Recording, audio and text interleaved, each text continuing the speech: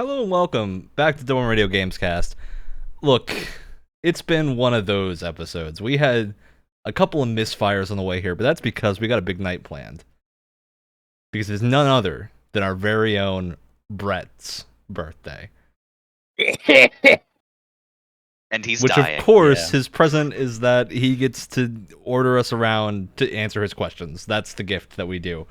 So, I'm the boss man today. Brett will be boss man today, and hopefully nothing goes wrong. No pressure at all. So No more glitches. We're all If looking they are, to they're you your for fault. guidance, Brett. Happy that birthday. said, of course, it's episode number 107. We're in the deep end with this show, and now it's time to atone for the sins of video games while we go over the very minor amount of news that happened this week. The biggest thing is that we now know the Club Penguin group that decided to start charging money for their Club Penguin remake has been cease and desisted by Nintendo.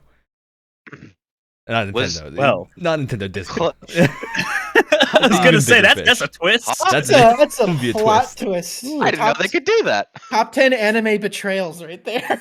Really? The only other important thing, Kojima tweeted a picture of the PlayStation Studios logo, and people thought that meant Kojima Productions have been acquired by PlayStation. No, not the case.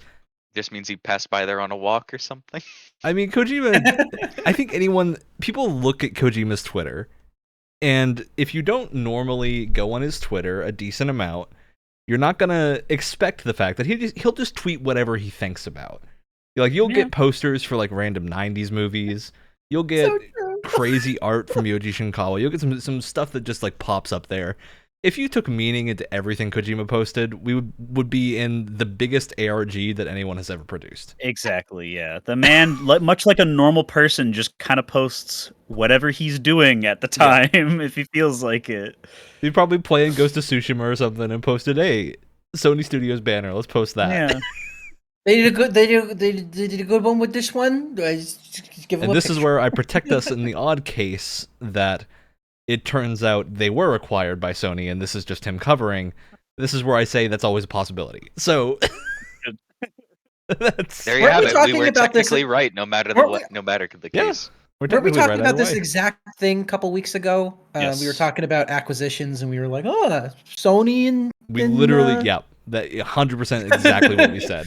So I don't want to say we called it if it did happen, but Because if it didn't, then apparently- you'd look very stupid. So Yeah. which is why I'm not claiming that. at all. exactly. But it's Unless why it we does. bookmarked In it that here, so we case- can claim it in the future should we want to. We get to have our cake and eat it too. All right. Well, speaking of having our cake and eating it too, Brett, go ahead. It's your show today.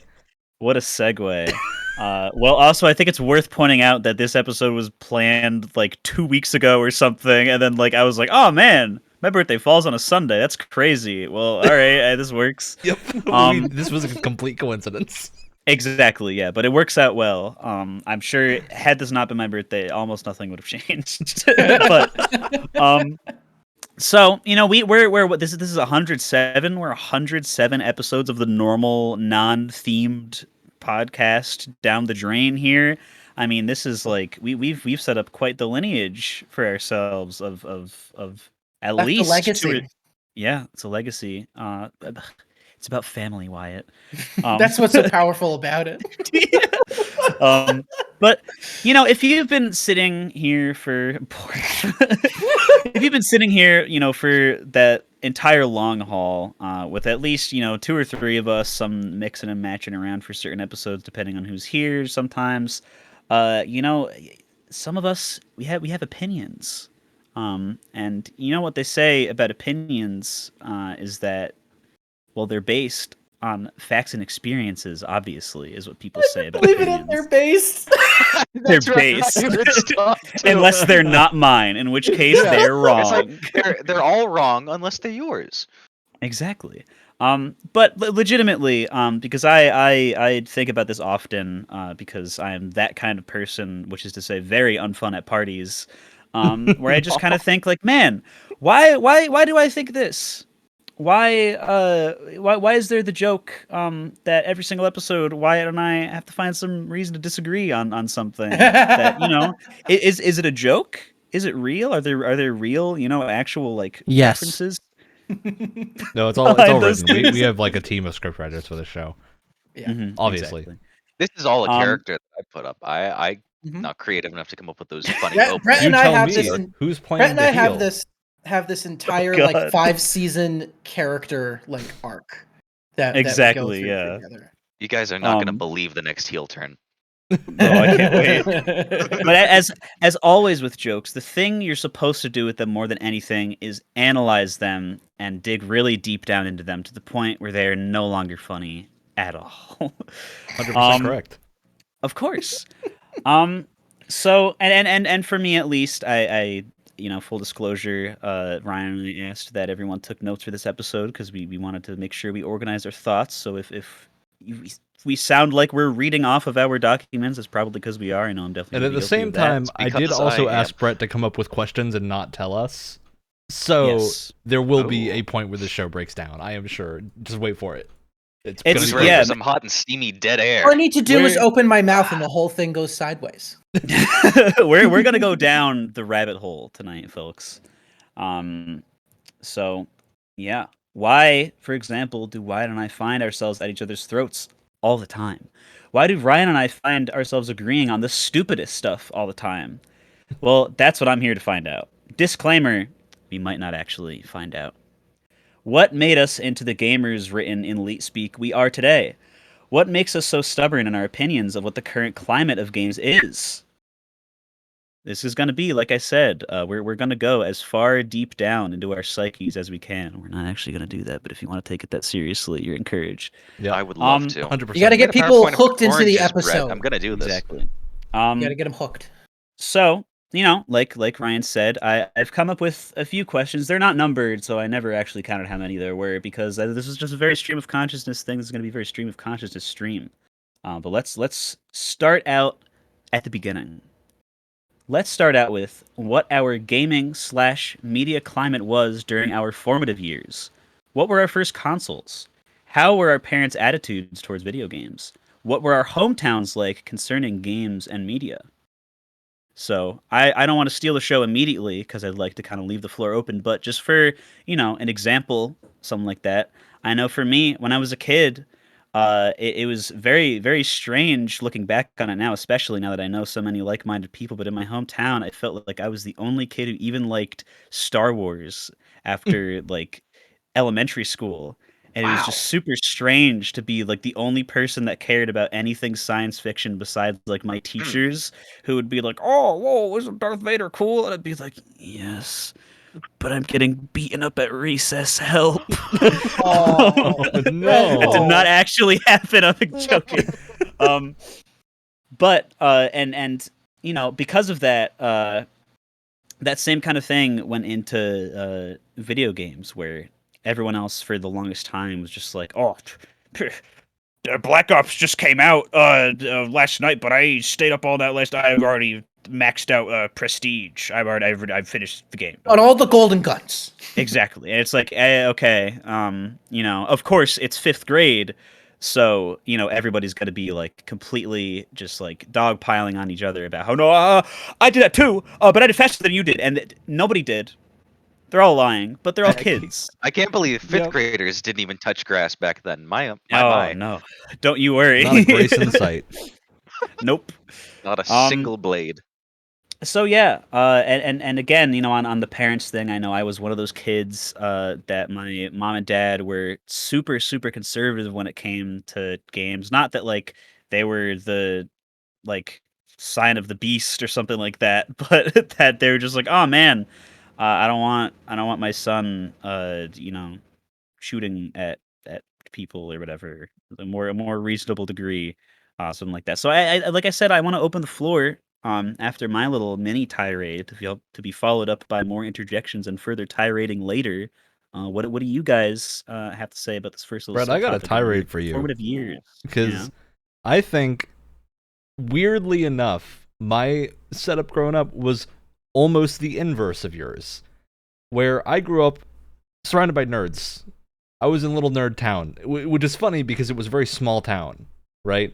As I moved in weird. 3rd grade, So I'm kind of skipping around because you have two different groups of friends in different places when you move. And the first group of friends was the group that we'd play Nintendo games and Smash in like second grade. That was that group. So grew up playing fighting games mostly. Not like hardcore ones, but Smash and like whatever a second grader could understand. Yeah. Type of fighting games. In addition to watching my dad play Oblivion and Morrowind. That was literally my like first memory of a video game, is watching my dad play Morrowind. Nothing interesting happened. I was sitting there watching him. I was like, oh, this is cool. There's like cat people and you got flying, and I'm like, all right, that's neat. So I didn't have the conservative parent thing. I didn't have the lack of gamer friends, but what ended up happening is, because I think that built this environment where I was like not watched very heavily in terms of playing games, because my dad would kind of let me play whatever he played, because we had used the same console, we played the same stuff. So he bought GTA, and I'm like, oh, I'll play some GTA. I'm like, nice. I'm like in 4th grade, 5th grade. Oh man, I didn't like hot coffee code that I found. So, Alex.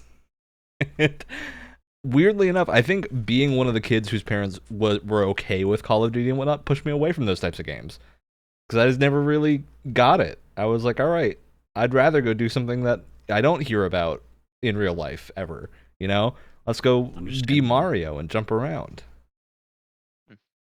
Yeah, that makes sense as a kid, especially too, because I mean, those Nintendo crafted games, like we talk all the time about how they are, again, specifically crafted for like the demographic of something like a 4th or 5th grader that doesn't want to play, realistic shooters or something like that. Yeah, the reason I focus a lot on Call of Duty is I think an important piece of context for our generation of people, because I think a lot of people listening to this, if you're not in the like 3-year area where we grew up, Call of Duty probably doesn't have the stigma that it had. Where I think a lot of us growing up, Call of Duty was the gamer game. It was simultaneously the game that everyone played and also the game that nobody liked, right? Yep. Where it was for everyone. And yet, still, you would always find at like a summer camp or something, everyone would be playing Modern Warfare. Like, that's what would happen. So I think it's an interesting time where Call of Duty had like this weird amount of importance. Not necessarily because it was like a video game, but just because of the conversations that were being had around it, and the whole like violence in video games debate happening at the same time. Yeah. That like obviously we were children for, and I don't think any of us were part of that, but obviously I think our parents were. So it's an interesting piece of history, of Call of Duty history. Yeah, it's an important point of context for all of us, for sure. Yeah, I mean, go for it. I don't think my parents, not that I could remember from my brief little interview of them, were too conservative on games. I was just kind of slow to the start with like the actual consoles type stuff. But going way back before I had the Wii, the DS, back before I had my first Game Boy Color. I had the first ever, and I'm generously calling this a console. The first video game console I ever had was the Leap Pad. Oh, yes! Really?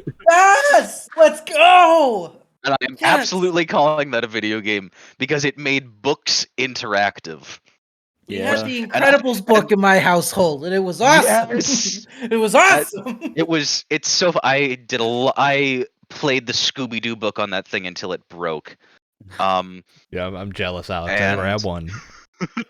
and the reason why I got into that, because I had a lot of learning disabilities. And still do. But that was it was getting into that more tactile space was how I learned better. Totally. Getting that stuff across. Hands-on. And that was my first foray into the medium. And then I got just like, oh, there's a little Game Boy. It's a little color. It's red is my favorite color now because it has the flip screen, and I have the Dora game on here. I have the Incredibles game. This is amazing. It's like a calculator, but cooler. Made I you know. fat. Mario on it. The Have the this badass Spider-Man Spider-Man sticker. the Spider-Man Game Boy game, Alex. Did you ever play that? No, I never played the Spider-Man game. It's I just had a giant horrible. Spider-Man sticker Really on the back. bad, Aw. but little kid me loved it so much. Of course, of you, course. you just went around collecting pizzas. And I That think was the Fine. game. But I think, and this is trailing off, so we can get Wyatt's point of view of the early. But towards the end of that, I think my main start with video games was definitely from a more educational standpoint. So that's why I really liked getting into the puzzle games like Professor Layton that I always vehemently promote all the time, and things like that, and logic puzzles and things like that. It's really interesting. I think that's super rare, to be honest. Yeah. Of like Oh. getting into games that way. Another game that just popped into my head that I don't have written down here, Math Blaster. That was a fun PC game. The game we all had to play, I am sure. Of course, of course. Yeah, well, it's really interesting for me because I always say like I got into games or I got seriously into games like a lot later than I feel like a lot of other people I know. But it was always interesting for me as a kid because I always enjoyed games from afar, or I always thought they were cool from afar because my parents weren't super into it. We were in a really small town. I mean, I've said this before. My high school was like 50 kids. It was a pre-K through 12, and there was 100 kids in total. Like absolutely tiny. Grew up on a farm, middle of nowhere. So there were only a couple ways back in those days that I got to play games. One of them was when we'd go out to visit family in Oregon, and the place we stayed at had a PS2 with a bunch of PS1 games. So that was like my first.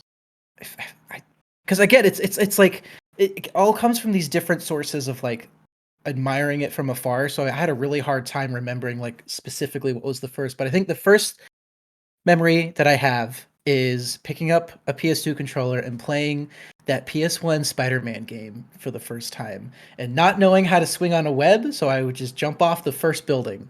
And I was like, this is cool. I'm fine with this because I'm playing a video game. Spider-Man. Yeah, I'm Spider-Boy. Spider-Man. And then, outside of that, I would go to a friend's house. My family had a Nintendo 64 for like a week, and they're like, "Nope, we don't like this in the house." I would go over to my friend's house a lot, and we'd like swap the controller and play Call of Duty or something like that. Or it's like just hours spent in the computer lab playing Club Penguin or like math games, that kind of thing. Yep. Well, math games. Oh man, I think Math Blaster is the obvious one, and then just a bunch of random ones. Like it was this weird culture at my second grade class or whatever at the time. We're like, "Hey, did you play this new math game that I found?" And like, "No, dude, what's it called?" And we would like swap around each other's like. Guys, no fun brain. Whoa. Yeah, my class. Yo, had did you the check same out thing, Fancy Pants on 100%. addicting games? What's Fancy Pants? And then we would all freak out and go play it. But I think then we got a Game Boy, which had Advance Wars, and I've already talked about that and how that's become a part of my soul. Because it was the only game we had on it. It was something my brother and I bonded over. It was something that a lot of my friends and I bonded over because we'd all swap the Game Boy around. And then everything changed when the Fire Nation attacked. Christmas. I can't remember what year. I tried really hard and I couldn't remember.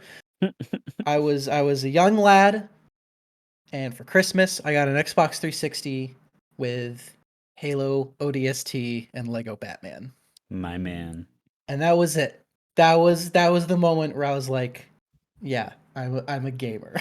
Because I spent Ever since then he was lost. I spent so much time on that thing. And then 11/11/11, one of the most crazy days in video game history. Oh yeah. We got Battlefield 3, was it Modern Warfare 3 and Skyrim.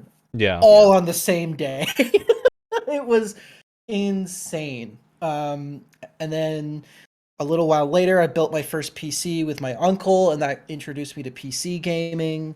And then I got a PS4, so it's just been, that was the moment. where I got an Xbox 360 and I played Battlefield with my uncles online, and we like make our own private server, and we would just mess around, and it was great. Nice. Yeah. Nice. A lot of fun memories in Battlefield, Bad Company 2, 3, and 4. Just absolutely Excellent. destroying all my uncles and not even thinking for 1 second about being more fun, and like no, it was just like game time. The Yeah, moment I Switch was logged on, flipped. it was I feel really bad about it. Don't talk to me if I'm gaming. Don't Just talk to don't me until I've eaten get my out. game. Your daily dose of gaming. God. But I saved a little tidbit of this for last because there's an accursed game amongst Oh my. the circle of our generation known as World of Warcraft. Mm-hmm. And if I'm going to talk about video games, I have to talk about World of Warcraft because for a very long period from like 3rd to 5th grade, it was the only thing I played. Really? Man. And you want to know the best part about this, because I was a child, I never had a max level character. Not once. In anything. I never That's hit max awesome. level. All I would do is I'd get to like level 40, and then I'd make a new character and do it again with a different class. And just Why? repeat that. Why? Because So- you're a kid. You're a kid, right? You don't care about the same things that someone our age would. Well, I remember watching a video relatively recently about why kids can watch the same movie over and over, and it's that until you're a certain age, the concept of repetition doesn't really nail itself into your mind, where you don't feel bored watching the same thing because you haven't recognized that you know what's going to happen. Mm-hmm. So it doesn't really... It feels like you're watching it for the first time over and over again. So I was a kid that also read a lot of books. Really into books, really into reading, and that got me into fantasy. Which meant as soon as the concept of something fantasy that was out that I could play with other people, because like I'd played Morrowind on my dad's Xbox, and like that was cool. So what if I went and played Oblivion next, and I played that for a bit, but then World of Warcraft? I'm finally old enough that my dad's like, all right, you can play with other people online. As a It's time child. you knew. It's you time learned. you're allowed to play a game with that is online connected. Welcome to the So I would cesspool, play son. on my dad's MacBook. Not MacBook, like the big Man. chunky Wow. iMac. The thing that was like huge that he would use for work. I played World of Warcraft on that while he would play Oblivion on the other screen. And I'd like look around and look what he was doing and be like, all right, come look what I'm doing. And that was life for like 2 years. That's incredible. Oblivion and World of Warcraft. That You is know, awesome. that spurs a memory that I forgot to write down. But that reminds me of something. You're on your little MacBook. I had one of those white plastic MacBooks, right? Yeah, And yeah. so I couldn't play a lot of games on that until I heard of this little online service called OnLive. Does anyone here I remember hearing rumors OnLive? about I do OnLive. not. Yeah. Is it dead now? Is that still Oh, around? it's so dead. It's been dead for a long time. But basically, it was like the first big like cloud streaming game service. And its whole Wow. pitch was that we're going to run the game on our own stuff and you're going to stream it on whatever device so you can play it on whatever. And it was this big thing for a while. And what was cool was it was a free service. You had to buy the games that were on the service. But with every single game that was on there, they gave you a 2-hour free trial of every single game. And not like a specific demo version, like 2 hours of the actual game. And then they kicked you off. So I remember just diving in deep into the depths of OnLive and just Yeah. like Trying whatever you playing can get your whatever- hands on. Wait, so yeah, this and was the a cool streaming thing, service. and I'll never forget this. When I booted it up for the first time, its menu was so cool because it was a scrolling background of screens of other people that were playing OnLive, like Ooh. in real time. Cool. It was Cool. so Wow. cool, and so when I logged onto it the first time, I was like, "That's Oh so my cool!" god! What am I looking Oh at? man. And so I had my crappy like white plastic MacBook, and I was playing like Aliens versus Predator 2010 on it or whatever, and it was the coolest pick. thing. I was gonna say, so this is like a streaming service in the 20. What could you stream it on? An iPhone 4?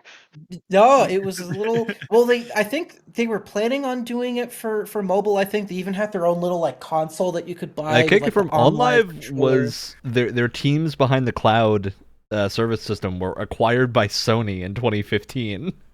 Oh my! So they did it. They got their goal done. They're part of a big studio now. So OnLive's doing well. Deceased all these years later. Oh boy! I never used it because I thought it was a scam. I It can sounds confirm like it was that. it sounds like something from like a British sci-fi movie from like 2004, like hackers or something. Oh, you gotta use OnLive. OnLive is the cool new thing sweeping the nation. All the kids are using it, aren't you? Oh, use OnLive now. Ooh. Well, We you gotta still get use through to the their internet. system I by use using OnLive, John. Well, you still use the internet. I use Metaverse. Heck yeah! God. We've got You the- still we- We can hack their brains by using OnLive. you still use real money? I use Bitcoin. Catch up, old man. The future is now. Sucks. Yeah. Ugh. All right. that So was- I'm gonna say the name of another cursed game, and I need to know Oh. if I was the only one that played this game, because if it is, I don't believe it. Has anyone else played Nanosaur? I don't think I No. have. No! I do not think I have. Nanosaur! So Wyatt and I need to dude. bring you into the world of Nanosaur, because Nanosaur was the Nanosaur. I best played game. 2. I played Dinosaur 2 more so. I don't think I played the first one. I played 2. Dude, I played so But much of both. And Nanosaur, because we would spend a lot of time at my grandparents, so they had another old, really bad Mac Godfather's house. is where computer. They had Nanosaur 2. The only game on that computer was Nanosaur. And so whenever I was there and like the parents were having big adult talk in the other room, I would play Nanosaur and Nanosaur 2 all day. I see a velociraptor with an arm cannon and a jetpack, and Yes. you need not say anymore. It's awesome. I recommend awesome. anyone that has not played Nanosaur to download Nanosaur somehow and play it, because it That is awesome. Oh, a please tell me game that it's on is like Steam. a Hold trip on. of a video game. I can't believe this is real. Wow. Hold on. Where is it? Where can you get it? If the dude, There is an Oh. OpenGL port that is open source, I Ooh. believe, currently existing that you can download from Nanosaur for current computers.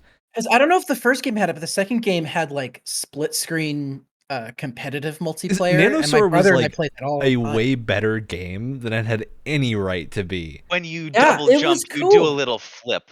You do a flip, and you would just go around collecting eggs. That's the game, but it was so much And fun. you shot dinosaurs while on a jetpack.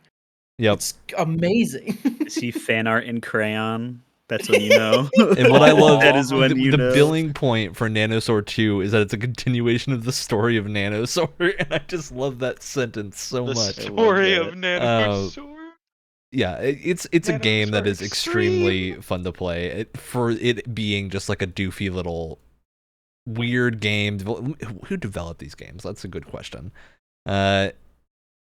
Pangea Software, which definitely is wouldn't have it any probably other way. defunct right now. Yeah. Yeah. Yep, they have not done anything since 2014, and before that they hadn't done anything since 2006. So I think we can say Pangea Software is done. But they made Rip. some real good, weird little PC games that you would play that a lot of people Speaking never of- played because they were like PC exclusive. Mhm. Now, speaking of PC exclusive, I mentioned it earlier, but I'm going to throw out 2 words, and I want to see everyone's reaction. Addicting games. Oh yeah, 2 more words. It's the place to be. .com. the classic. That definitely does ring a bell. I think my 2 biggest ones were, and this is the stuff that I'd regularly play on our provided little shitty laptops in study hall in middle Mhm. school, and it would lag out to hell and back. Oh, of course. Not Doppler and Armor Games. Armor games. Yeah, Armored Yep. Games was definitely what I used the most because Mini clip. the little shield sword clash sound of Armor Games is Yeah. burned into my brain Yeah. forever. I used Dude. both pretty because And both of them then- had games that I played on them. But I got some. It was ridiculously funny. I got some like really sweet old lady teachers in my middle school into Happy Wheels. That's awesome. Oh, no. Because it was That is my school awesome. was such a weird dynamic starting in late middle school to high school. There was you had you had the jocks that were the gamers. Like you were one and the same. You were both a jock and a gamer. Fusion. Because through sports people invited you to the video games and stuff like Through that. sports we are returned, one might even say. But it's just like you are either that or you have no personality. Oh no. Yeah, that worked out really similarly at my school too, where we did have the traditional jocks at high school, right? Or the people that basically did their jock stuff and nothing else. That existed, but the majority of it was you had your jocks and then you had track and field. And our school had a huge track and field team. And track and field was the home of the gamers. Really? Oh yeah. Huh. I don't know how this happened, but my entire friend group from that era was the track and field group. And the only difference is I was in the theater kids group of the people that that's did right. There was also a heavy production. theater kid influence. Of course, but It my was- theater kid production was I liked to be the person behind the stage, like setting up stages and whatnot. Oh, and doing absolutely. audio. I loved painting the sets. That's Yeah, what I was I putting never- art class in for. Crew. Actually, no, I wasn't never in a play, but that was not the part that I did it for. So I made friends with that group, and then we had the band, and there was the jocks, the Yeah. band, and the theater kids all hung out together. They were all like Yeah. one conglomerate group because our grade was like 100 people ish, so not tiny, but not the size of a city high school. Mhm. So By the time we weird graduated, division of people. I think my class was 22 kids. Or Yeah. my grade was Jesus. 22. It was tiny. We started at like 50 in junior kindergarten and just kept weeding its way down.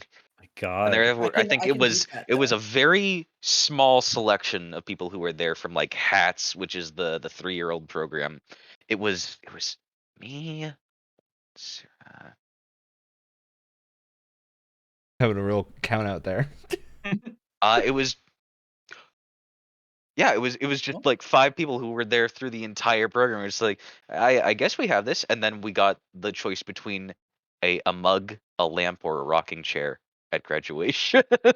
Oh, you were That's a bestowed a selection. gift. A parting gift for your travels. That's Yeah, a I nice was- little gift. I was at the total opposite of that spectrum. I think maybe not my like graduating class. No, it probably was my graduating class in high school was like somewhere in the ballpark of like 400 people Oh my because god! it was when we had like 4 different elementary schools, and then when you got to middle school they all combined into one building, so you had kids from 4 different elementary schools for our school district combining into one, and by like high school I mean like a bunch more people from like towns nearby would like show up and start coming in because like they didn't have enough space in their schools and stuff. It's New Jersey is so overcrowded that like even as a kid going and a teen going through like middle and high school, you could totally feel it just because of how many like things, how many people were crammed into like one building at a time. But totally the armor games for me, like that was my escape because as you can imagine, not with any like weird like crazy Satanist thing being inside the Xbox 360 or something, but with like, oh, we don't want our son, like shooting people or whatever. It took me a long time of gazing woefully at the bully's Halo 3 T-shirt before I would get to play it myself. Oh, that's right.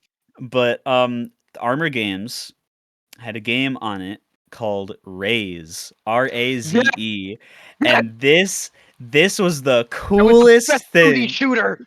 Yup, exactly. It was Oh, like never heard of this. Metroid on crack, Oh, and it was like what about Plasma Burst?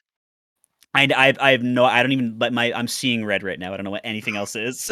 I'm remembering Raze for the first time in like 10 years, and my brain's just like, ooh, dude, triple barreled Raze. rocket launcher. Sergeant Johnson was just straight up in the game, and like they just straight up had like. Oh elites no, and I platinum did play pistols and this stuff. game. Yeah, it was just. It was bootleg platformer Halo, and it was so much fun. I put probably like hundreds of hours into it as a kid. My favorite stage is the spaceship one where I you can go cannot outside and believe there's no you have gravity. informed me about this stage of my life that I've forgotten about. So good. I was a That's what I sniper main. wanted. I was laser sniping for life. Yep, they had like the Needler equivalent. They had like the charge rifles before Destiny even did, like the same exact thing with the charging and the electricity and stuff. Yeah. And I that this isn't even anywhere on my notes. It's just like someone saying Armor Games was like, it just had like a brain blast. It brings back things because like I remembered a 2D shooter.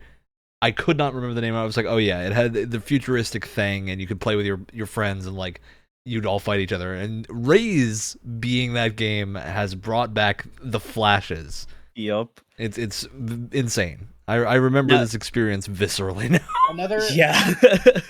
Another Armor game that comes to mind was, did anyone ever play, was it Warfare 1944? Yeah. Oh my god, Yes. Okay. Once again, it's sniper for life. I love getting up in the crow's nest for that stuff. It's so good. It's so visceral. You ever play those strategy games where there's like a bunch of lanes and then you just send units walking down it? Like what was it? Age of War was another really popular one. Yeah, I played a lot of Age of War. But that was basically it, but it was like 3 or 4 lanes, I guess, depending on the map. And then you could send like tanks down, like you had your like riflemen, your assault troopers. Remind me to send you the link to a game later. But someone in early access right now made a modern reimagining of what a game like this would be like with today's tech. It's very fun. That's cool. And that was when you saw like strategy games on those like flash game sites, that was the kind of strategy game that was out at the time, where there was like, you got your lanes, you got your units, and you gotta send them down to their death, basically. Wyatt, did you get to the point where you completed the campaign and unlocked the zombies mode? Oh, I beat the whole game. That was probably one of the first things that I ever remember beating. Like the first game I ever remember like beating the story or campaign mode for. And I felt so proud of myself, and no one else I knew played it, so no one cared. But I did, and I felt really good about myself. That was me with Raze. It was the same thing. And I think at least for me, because I mean, those who played it, you'll remember, Raze was really like super gory. Clouds. So were a lot blood. of these games. A lot of the Armor games were like that. So, and I think you know, whether I was like, oh, Dad, check out this cool game, or I was like, oh, I better not show my dad this. He's gonna put, maybe I'm gonna get in trouble or whatever. And he just like saw it anyway. We're off in Happy Wheels. I feel like at that point of me just already I've found the loophole. I've gone around your barricade of censorship, mother and father. I have found the innards of man anyway. And me just being like, oh my god, I want to play Halo so bad. But like, that exactly. That's that 360. You know, that's money. That's expensive. Family's not doing too well at the time. A crummy laptop, and that crummy laptop had a disc tray. And you know what I put in that disc tray? I put in Halo Combat Evolved. Oh and yeah. Hey, there you go. This is why I have such a good relationship with those probably objectively terrible multiplayer maps that are just gray and green and purple, because that's all I would do for years, and I had no friends. They're charmingly bad. For sure, yeah. Charmingly bad. I had no friends in school that would do this because they were all on like the newest COD or playing like Halo 3 by that point. No one cared about Halo 1 anymore. But me on my computer, it's like I had these communities of probably like 20, 30, 40-year-olds that just had like modded the maps into racetracks and just turned them into like every crazy game mode from every other thing for basically for free. Exactly, Proto Forge. And it was amazing. I don't think those servers are even running up anymore, which is a damn shame. But we gotta boot up Combat Evolved at some point and find out. Absolutely, we have to try and hunt down. Disc keys are free. You could just get them off the internet now, so it'll just work. Yeah. That Find yeah. a server that remains. Yes. with your talk about Halo and Modern Warfare and that stuff, like them moving on to that, that reminds me of. So jock was also a weird term because we didn't have a football team because we were too small of a school for that. Mhm. So instead of like Yeah. football, the biggest sport I guess we had was soccer. I wasn't a soccer player. I was too chubby as a child and didn't like running for extended periods of time. The goalie Um, position is for you. Yeah.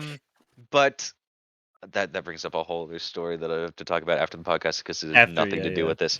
I was on the swim and the tennis team, and that passed as a jock.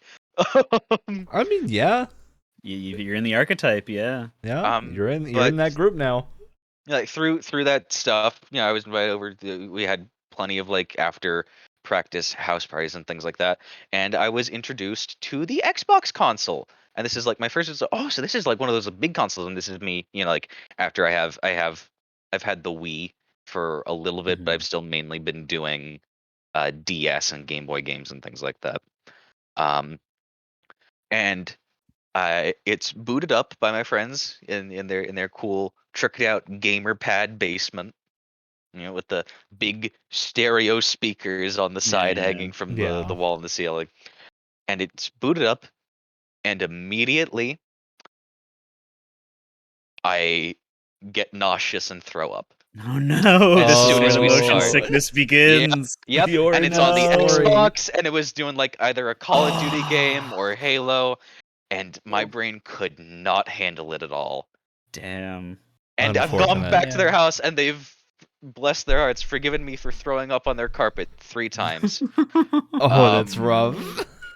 Jeez. Wow. But that's how I was turned away from like the Xbox and a lot of the multiplayer games. So I'm just like, okay, single player for me then. So I just went further into my little puzzle games or the fun armor games that are a little bit more single player, with the notable exception of Raze. Yeah. Mhm.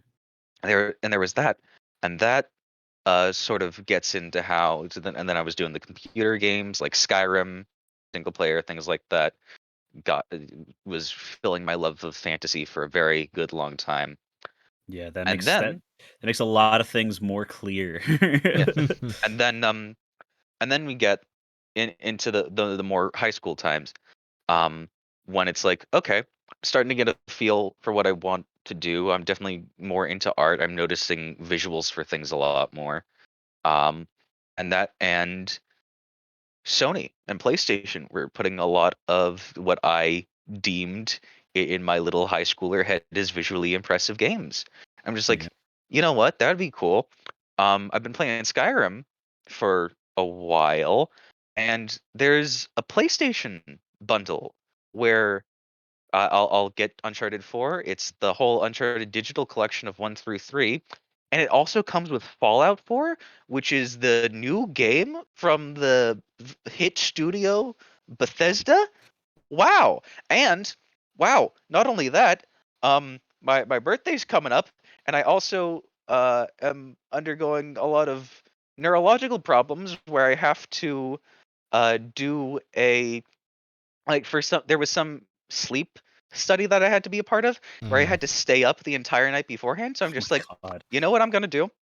I'm gonna pull my very first all-nighter as a wee little high schooler, and I'm gonna play Fallout 4 throughout the entire night. That's kind of awesome. And then that I all realized, practically wrote itself. Wow. and then I realized I hated Fallout 4. What a shame. So bad. But hey, you got the whole Uncharted series with that Yeah. PS4, so Yeah. there you go. I will say Yeah. at least Yeah. Fallout Man. 4 does Boston justice. Living here and playing it real nice to get to see everything in the And- Fallout vision way. And while we're on the topic of Naughty Dog, I gotta say Yes, too, which I'll say you say that, and then I got the next question to move us along. right. Yeah. It was a long path for me to like to get into narrative in the way that I am now, right? Because for me, that's always what I want in, like, not in every game, but I look for that in a lot of my games, right? It's your preference. And it's my preference. Thank you. don't know why I couldn't think of the word off the top of my head, but thanks, Ryan. But like the first game I played where I really noticed the story, I played Bioshock Infinite back around the time when it came out. I never played the other Bioshock games because I think I played a little bit of the first one and I got too scared when the was he a surgeon or the doctor when Yeah. he like shows up behind you.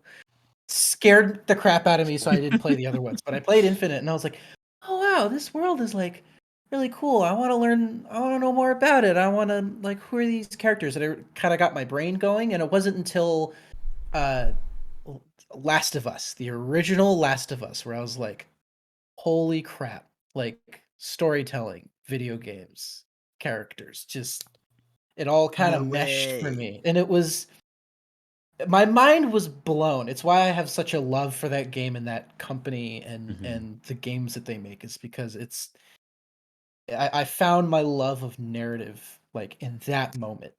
And it's one of those things like sitting down and playing that for the first time, that opening sequence, that gut punch of an opening that like anyone that has feelings cries within the first 20 minutes of playing that game. It's intense, Does and not hold back. that was a moment where I was like, wow, these are like, I mean, first of all, they're like movies because that was like the first time where I played a game that was Cinematic. very like cinematic, right? And then Mhm. I was like, wow, I can have a game that I'm connected to not just because I think it's fun, but because I'm like connected with these people that are on screen. Yeah, And yeah. that's kind of what got my like storytelling brain going. And it's one of my favorite like video game memories, especially that scene in the barn or the farmhouse where like Ellie's looking through the diary of that like daughter or whatever. She's like, wow, this is what people had to worry about back in the day, like what shirt goes with what skirt, and then they having this whole conference. Oh my god. I could have an entire episode just talking about that game, We which we did. did. 3 times. Segue. Wow, shameless self promotion. Go watch that episode. Man. It's very fun. But that's one of no, that's one of my favorite, like that game, like the first 10-20 minutes and then that scene at the farmhouse is like where my love of storytelling came from. I'm like, oh, this is like the best storytelling medium that we've ever made. And that's where that spawned Well, for me. Wyatt, you've unknowingly not only perfectly segued into a shameless self promotion, you've also unknowingly perfectly segued into the next prompt that I've come up with, which So good is at this. Oh boy. The I'm rare so double good at this. segue.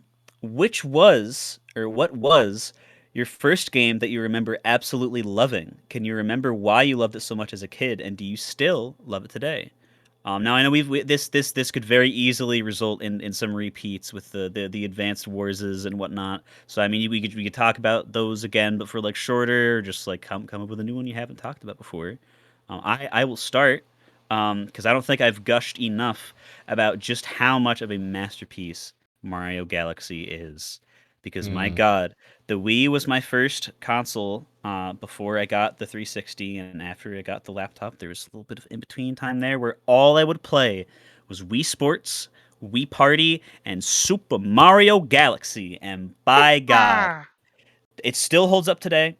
There are parts. It's the same thing with Bebop, where all it takes is I just have to listen to a certain song, and I will start tearing up because the soundtrack is that good, and the placement of it is that iconic and that good. Like anything in the library is like, don't even get me started. It ruined Little Brett. He will never be the same.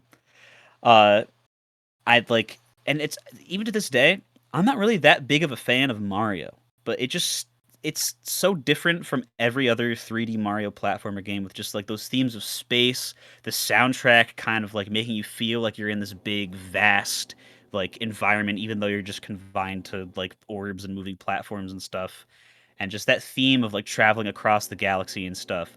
And those like I wouldn't know it because I was a stupid kid, but those like higher level themes and stuff like totally absolutely have stuck with me to now. Um like I said before, it still holds up because I go back and play Mario Galaxy like once every couple of years, and it's just like, man, it hasn't changed one bit at all. And it will always be a fantastic, fantastic game. I was the same way with Ryan with World of Warcraft, where like I never got all the stars. I never got Luigi. I didn't care. I It had didn't like matter. 8 different. It didn't matter. I had like 8 different save files. I would go to this level just to listen to this song. I gotta get enough star bits to just make the pink starred guys explode when I shoot them all at them to bring me That's to a right. You force feed them and they yeah, die. they explode. They And it becomes explode. They become Sweet Sweet Galaxy, which I infused much childish blood, sweat, and tears into beating for the first time because the platforming was extremely mean for like a dumb idiot Brett, like I'm gonna me make to you handle so at the time. disappointed right now.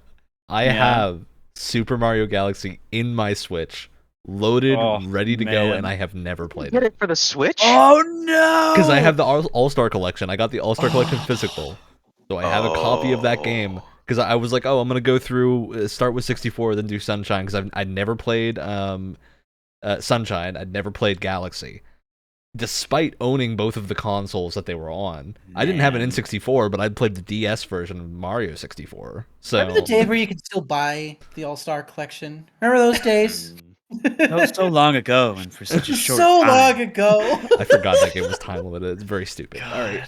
Stupidest thing I've ever I'm not heard. even I'm not even joking. I'm saying this with complete 155 million% seriousness, Ryan. If you literally just want to do a stream series of you playing Mario Galaxy for the first time and me watching you, I will I do will that. do that because I love that That game will make me play that and I game. want to see if you like it.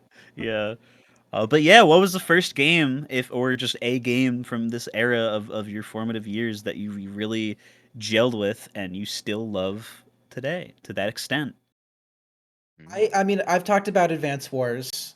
Mhm. I feel like enough on this show. I mean, it's coming out And we again. will talk about so- it as soon as it comes out. Yeah. Yeah, so Guaranteedly. maybe I should save my my fanboy gushing until the remake comes out, whenever it comes out. That's right. Once ready, I'm sure. um, another one that comes to mind is Battlefront 2, because I think actually the original Battlefront 2, because I Yeah. played. Get the new ones out of here for a second. Those don't exist. They're Get not them real. out of here. Because I played the second one before the first one, which is unfair to the first one because the second one is Yeah. better in almost every single way. Mhm.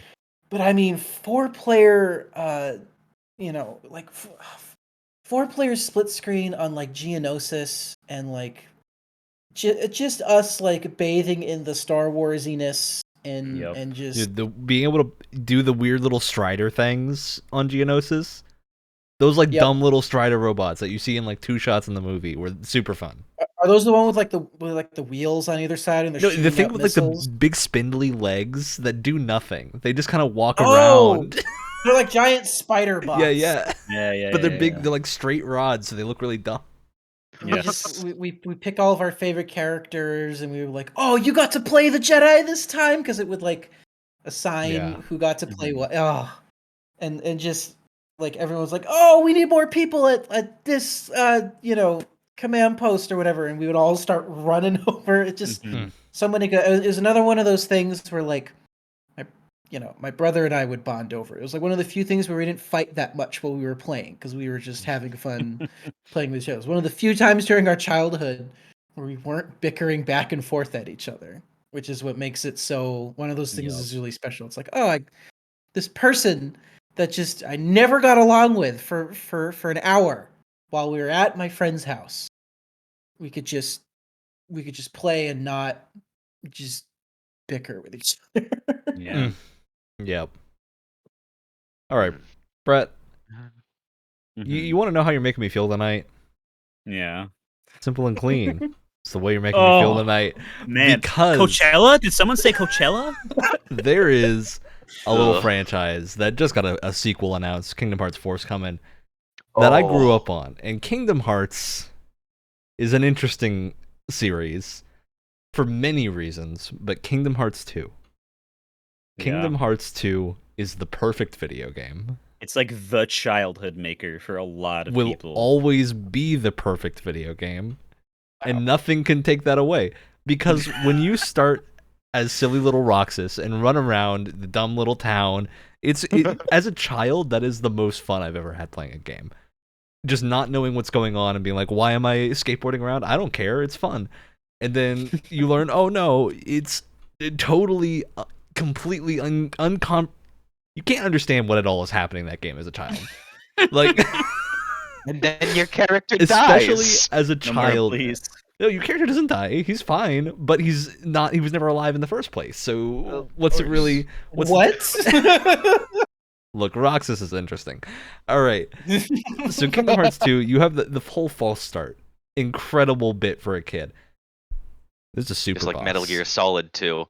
In every Kingdom Hearts game, aside from I think the new one. I don't know if he's in 3 because I haven't fought him, but Sephiroth shows his ugly little face. And that to me was the first time I've beaten a thing in a video game and been so ecstatic that it made the days of attempting worth it. Because as like a 12-year-old, but probably younger than that, attempting to beat Sephiroth on the harder mode of Kingdom Hearts, because for people that don't know, Sephiroth in Kingdom Hearts is like the weird super boss you can fight after you've beaten the game, essentially. Yeah. And nothing you do will make it easy. There's not a way to make it easy. But you have a 2-minute cutscene minimum that plays every time you attempt it.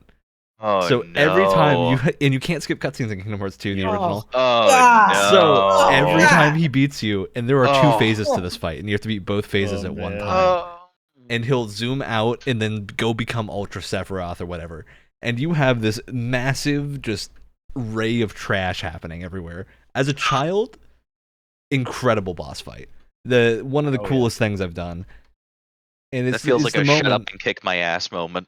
I think that's the moment to me that started good old From Software love, when From Software games came out. I think you can trace that moment directly. And I could talk about Oblivion, but everyone likes Oblivion. Oblivion is a universally liked game, and if you don't like it, you're wrong. So it's that kind of episode today. You sleep It's rather interesting that you're going to soundly die on the forever. Oblivion Hill and not the Morrowind Hill. Well, because I was too young for Morrowind, right? Like, Morrowind is the game that I watched my dad play. Oblivion is the game that I played, right? Wyatt? So Wyatt? this is a different thing there. You sleep rather soundly for a murderer. Yep. I would play the "Why Won't You Die" clip, except you all won't hear it. So I am so ashamed of myself that I didn't get that right in our quiz show. I am still so ashamed. Ashamed that you couldn't do it. But yeah, I think Kingdom Hearts justifiably, and for reasons that a lot of people playing it as adults won't get, is a franchise that matters to a lot of people, and not in the way of, I care so much about the games coming out now. Like, if Kingdom Hearts 4 is bad, I'm not going to be upset, right? I'm not that attached to this franchise. But Kingdom Hearts 2, in its existence at that moment, was the perfect game, and in that state will always be the perfect game, because it was everything it wanted to be. And nothing they're ever going to make again will be that again. Because you can't make Kingdom Hearts 2 anymore. You can't do it. Nope. There's no way. Disney would not agree to have this exist. It's the type of game that just doesn't happen. Even in the year that it came out, however this game happened is a mystery to me. But somehow Kingdom Hearts happened, and we're all better for it. Whether you know it or not. Whether you have played Kingdom Hearts or not, you would be worse off without it. It's true. I don't think I've played a single mainline Kingdom Hearts game. I've never played any of the haven't either. Roman numerals. I've only played the Look, spin-offs. if you're gonna play a Kingdom Hearts game, ignore everything. You're gonna be confused no matter what. Just play Kingdom Hearts 2. Don't might play as well, anything yeah, else. I heard you can play 1 and 2, and like, was it 1 No. or 2 that has like an ending? No. Where you don't have to- No. He just No. says no. Oh my god. Kingdom Hearts is... The thing with Kingdom Hearts' story, it's not that convoluted like people make it out to be. The problem is that there's like 12 entries, and none of them Are you sure about that? Yes, I am very sure about that. Okay. None of them are optional. Once you know the names for everything, it all starts to make sense. What a nobody is and what Yeah, all but the they make that departments hard are. because the names are the stupidest thing I've ever You heard. just gotta listen. It's they're You just gotta pay translated. attention. Look, it's easy because all the names of the evil people who aren't actually evil is just the name of a regular person with an X in it somewhere. With an X in it, yeah. That's the entire What? system. Seriously? That's Axel why is Roxas's name Lee. is Roxas. He's Sora with an X. Yeah, it's Sora with an X. This is not, or I was not the kind of mind blow that I'd expected tonight to But bring. the gist of what I'm My saying, mind isn't blown. Kingdom I'm Hearts annoyed. 2 on its own is perfect. You don't need anything else. You don't need the other games. You can ignore them. Play Kingdom Hearts 2, except that you're going to be confused and just go be along for the ride. Because bare minimum, the benefit with any Kingdom Hearts game is no matter what's going on, you're going to understand the plot of that game for the most part, because they are relatively contained in that you have an objective, you have things you're doing, every world you go to has its own story, so those are all self-contained. The problem is when the games end and then they don't, and you go, oh, excuse me? I've told you guys that I've cosplayed as Axel before, right? No. I think you might have told me. Very tiny little short Alex has cosplayed as the tallest character in Kingdom Hearts canon. I do have a homemade Organization 13 jacket that still exists somewhere. It is in a closet. Yeah, I got like these Any of cool this like English? Hellraiser hand saw blade thingies that I modified with a bunch of modeling foam into his two like circle Yeah, his swords. Trachums. God, that was so cool. Yeah, Alex, I am I spiked commissioning my you. hair up. I am commissioning you for free, but with an invisible gun to your forehead. You need to send me an image of you in that costume after this podcast is done. I need to find if I have the only one that I know I have on record is me dressing up as Luke from the Professor Layton series. It's cute. Yeah, now the next special episode is just going to be Wyatt trying to explain Kingdom Hearts. Oh my god! Yeah. Without having played it. Matter of All right. time. Who's next? This Kingdom Well, Hearts I think discussion it's- takes on Well, a that's gonna ride. be a lot of I fun. think it's just Alex Is it left Alex? for his Is it? I guess game. Wyatt went. Yeah, first game you absolutely loved and remember loving. Which one? I think the game that I absolutely loved. Going a little bit back, and this is restating things a bit, but it's the third game in the original Professor Layton trilogy, which is I the remember you the bringing this Unwound up. Future.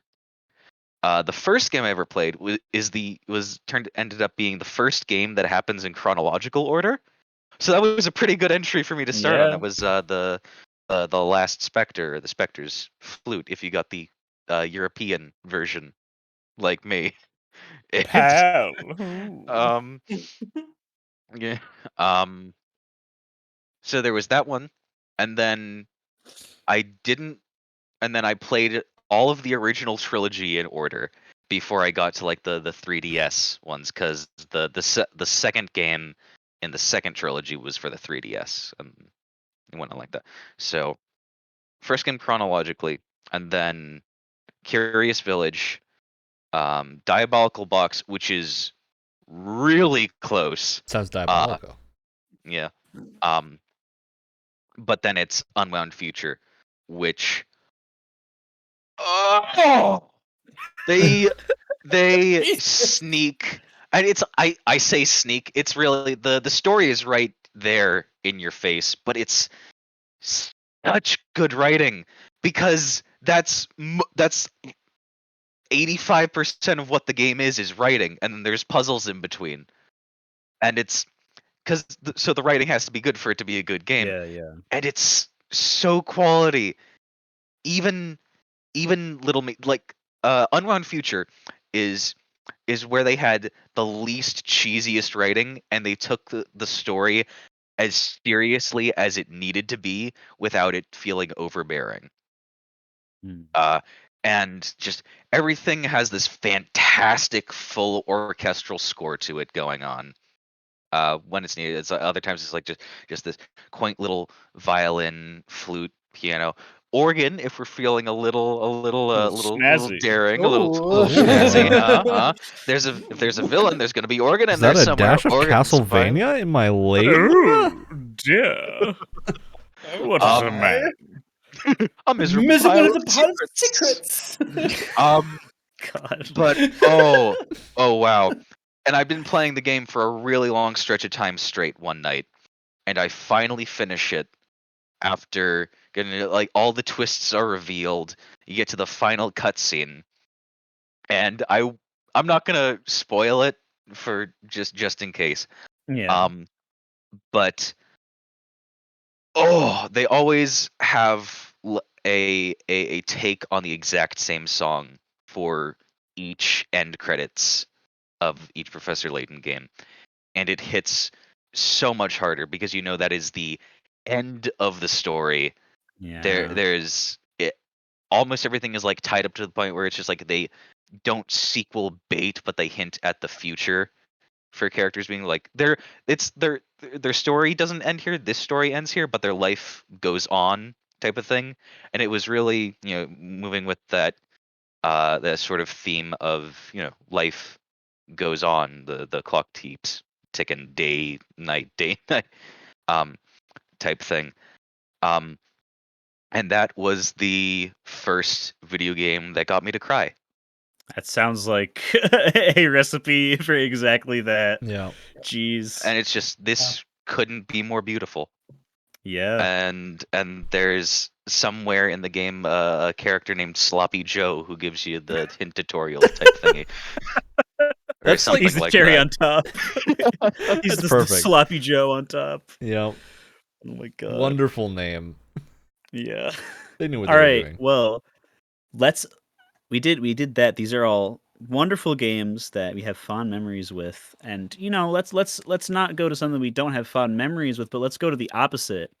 What is a game that you remember putting hours and hours into as a kid and loving it, but then you played it again recently and it just sucks, or you're just not feeling it, or you have that feeling like, Ooh. how did I enjoy this as a kid? Or maybe I know I enjoyed this as a kid, but why do people talk about it like it's so great? And I gotta say, mine for this is a little sad. It wasn't super recently that I played this again, but this was like within the last year. Star Wars: The Force Unleashed is not really all that great, unfortunately. It was awesome when I was a kid because it's like I had the Wii version again. This is one of the things I had on the Wii. No. And it was like, oh, you get to make your lightsaber different colors. You get to have a black lightsaber with a white outline and like the Sith infiltrator costume or whatever with the fangs and the claws and stuff was super cool. And Ooh. there was like you got to fight like Jedi and stuff. It was so cool. But when I was a kid, I never finished it because again, just dumb kid doing the same thing over and over and not caring if it's done. Combined with the fact that the furthest attempt that I got, fighting what I assume to be the last boss of the Wii version, Palpatine, he did the thing where he does the electricity and he floated up. He just left. He just went out. He just went out of the boss arena. He went to find his people. I can't comment because I played the PC version of Force Unleashed, which isn't fair to Force Unleashed because it's just a terrible version.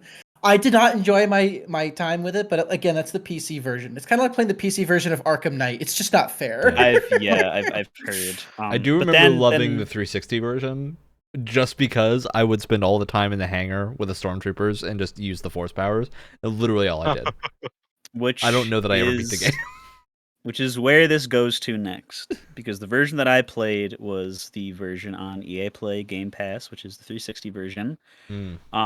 And you know what? If you're just like of that mindset, or if you're a kid especially, and you just got all the time in the world, I'm just gonna go into this corner. I'm just gonna push stormtroopers off the edge inside the Death Star or whatever. There's like a whole like 2 levels that's just that. That's awesome. It is like the most like exact 5 out of 10 like middle experience. Like that needle is refusing to move left or right anymore because every really annoying thing is like combated by like a cool realization, and every awesome thing is combated by like, oh, this feels terrible. it just doesn't hold up very well at all, and it disappointed me a lot when I went back to play it to see if it was as good as I remember it being as a kid. So yeah, what are your guys' examples, if you have any, of things like that? I have one right in the chamber Go for this. for it. Ooh. So these weren't too removed, but it was definitely, I had finished it, and then I had just like really gotten a feel of what video games should feel like, I guess. Mhm. And then I went back and played. I'm just like, was I sure about this? And I wasn't. Oh no. And that was Skyward Sword for the Wii. Oh dear. Oh, ooh. Oh I- my. I oh how, and I had one of those like fine motion control Wii controllers that are just like, oh, this one is able to tell if you twist it 25 degrees Oh, instead yeah. of the regular You got 45. twist degree sensing, Yeah. baby. Yeah, I got that twist degree sensing. Got the it can tell your micro movements in your wrist. You can really swish and flick the thingy. Um and my god, hitting those, I'll just call them the Mario name, those piranha plants with a specific diagonal and straight movement, that is hell on earth. That's literal hell on earth. Also, that the little the black slug monster who comes out of the ground that you need to seal like 3 or 4 times in the game. It's just the exact same boss fight, but it's unnecessarily harder each time, and it's just time limited. It's so stupid. It's so This is stupid. the most pure rage I think we've ever seen. This is Alex's Joker this moment. No, it's this and the Call of Duty rant. The legendary Call of Duty rant. Yup. God. Oh, yeah, it's there's so. Oh. I still loves Link's facial expressions though in that game. She's like, ah. Yeah, his faces are really funny. Yeah, very, very solid. Well, I got What a one. game. This game's a little bit newer, so it's, kind of doesn't count. But I remember the first time I played Far Cry 3, I was like, this is the coolest game. And it was one of the games that really launched my my indifference to open world games. My once love has turned to indifference. Oh of no. open world games. Boy. But going back to play it now, it is a good game on its own. I can't go back and play it anymore because I feel like the controls are just way too clunky for me. There's something, and that kind of feeds into Blood Dragon 2, which I think is a much better game than Far Cry 3. But with both games, because they have, pretty similar controls, there's just something about like the movement and aiming, just none of it, either if it's a controller or keyboard and mouse, just none of it feel right to me. Maybe it's just like awkward 2013, era controls or something, but it just, something about it doesn't click with me anymore, and it's really sad because I think the rest of the game is pretty good, especially how it like narratively contextualizes skill trees and stuff like that. But I just playing it, I just can't do it anymore. Like I couldn't make it past the prologue in Blood Dragon because I'm just like, I can't. These controls suck. I just can't. You're getting old, Wyatt. I know. You're getting old. Becoming the elderly. And it makes me sad because Blood Dragon is so great, and especially if you love that like cheesy 80s action movie sci-fi type of thing, and if you like Far Cry 3, obviously, it makes me sad. But yeah, I can't go back and play it anymore because just the controls are just ugh. Rip. Yeah, I know. Well, about that time in the episode, we gotta realize that all children die eventually. World of Warcraft is not the game it once was. Oh dear. What an yeah. arc. What a episode arc. So this I was thinking very hard. I was like, I can't, because Episode. I'm an easy person to please with video games generally, because I enjoy a lot of different genres. I don't tend to dislike games unless they do something egregious. Like the most egregious thing a game can do is be boring. But then you have there's games that are like iffy.